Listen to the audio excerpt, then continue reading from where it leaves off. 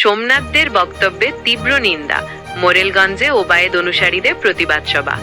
মল্লিক আবুল কালাম খোকনের প্রতিবেদনে দেখুন বিস্তারিত।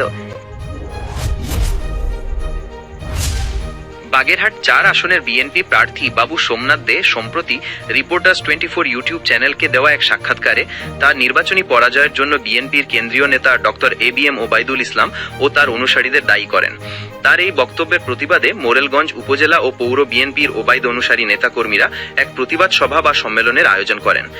বিভিন্ন জনসভায় ওনার দাম্ভিকতাপূর্ণ আচরণ, ওনার শিষ্টাচার বহির্ভূত বক্তৃতার কারণে সাধারণ নেতাকর্মীরা ওনার প্রতি বিরাগভাজন হন।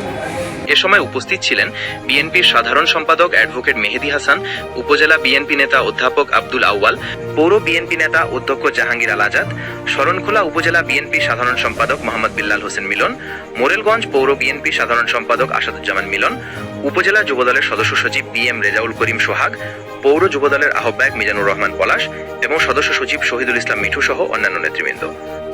আমি মনে করি এই নির্বাচনে পরাজয়ের অন্যতম কারণ ছিল অঙ্গ ও সহযোগী সংগঠনকে সঠিকভাবে মূল্যায়ন করে কাজে না লাগানো।